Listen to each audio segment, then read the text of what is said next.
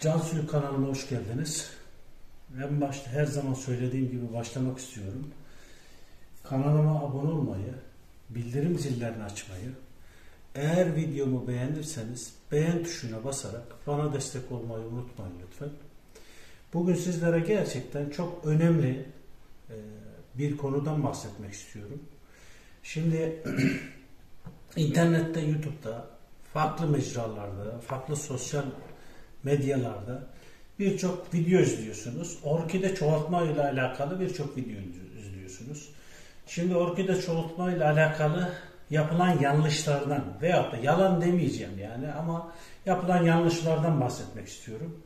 Bir, orkide dalından çoğaltılır mı? Şimdi orkidenin çoğaltılması 2 veya 3 şekilde oluyor. Bakın, bir, çiçeklerden özellikle şurayı açıyorsunuz.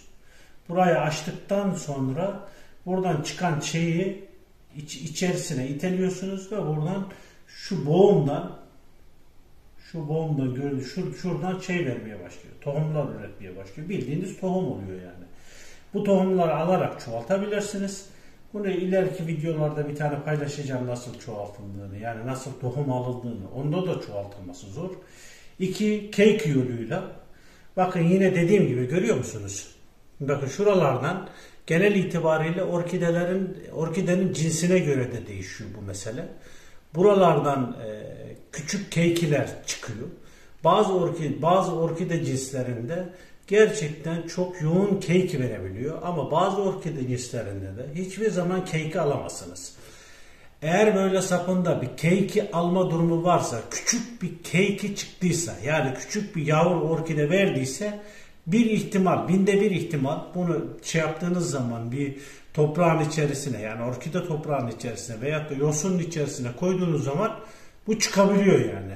Ama binde bir ihtimal. Gelelim şimdi bu şekilde her dalı kestiğinizde her boğumdan orkide verir mi? Cake'i verir mi? Ben size şunu kesinlikle söyleyeyim. Bu koca bir yalan. Yani orkidenin dalından orkide üretimi yapılmaz. Yani bunu siz yosunun içerisinde şuralara ne sürerseniz sürün. İsterseniz mum sürün, isterseniz başka ilaç sürün, ne sürerseniz sürün, bu kesinlikle çürüyecektir. Hatta bunun deneyini de yaptım ben, şu söyleyeceğim şeyi. Bunu mesela aloe vera yaprağına sokuyorsunuz böyle. Aloe vera yaprağında küçük bir delik açıyorsunuz. Deliğe bunu açıp koyduğunuz zaman da çıkıyor diye videolar var. Kesinlikle bu, yine dediğimiz gibi, bu kesinlikle koca bir yalan. Orkide başka, dediğimiz gibi cake'i çıkartır, çoğaltılır. Veyahut da orkide, şuradan bakın göstereyim. Şimdi orkide ölmeye başladığı zaman, yani orkide mesela çok kurudu, yapraklar falan döküldü. Kendini kurtarabilmek için orkide şuralardan, alt kısımlardan cake gibi küçük dallar verir. Oradan çoğaltılabilir. Ama genel itibariyle orkidelerin çoğaltılması, yani satılan orkidelerin çoğaltılması genel itibariyle şeylerden oluyor. Tohumlardan çoğaltılıyor. Onun için şöyle bir şeyden izliyorsunuz, yani gerçekten izlenebiliyor. Çünkü eğlenceli yani. Acaba ne oldu, ne yaptı falan gibisinden.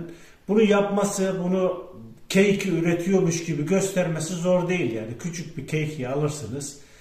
Bunu koyduktan sonra buraya yapıştırırsınız bir şekilde. Alın size cake'i. Dikkat edin, yani bu tür izlediğiniz videolarda bundan çoğaltılan videolara dikkat edin. Böyle bir hile yapılıyor. Bunu geçtik. Bundan kesinlikle çoğaltma, böyle bir çoğaltma yok.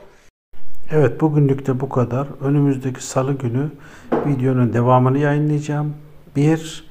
Yapraktan çoğaltmanın olup olmayacağı. 2. Kökten çoğaltmanın olup olmayacağını anlatacağım. Videomu buraya kadar izlediğiniz için teşekkür ediyorum.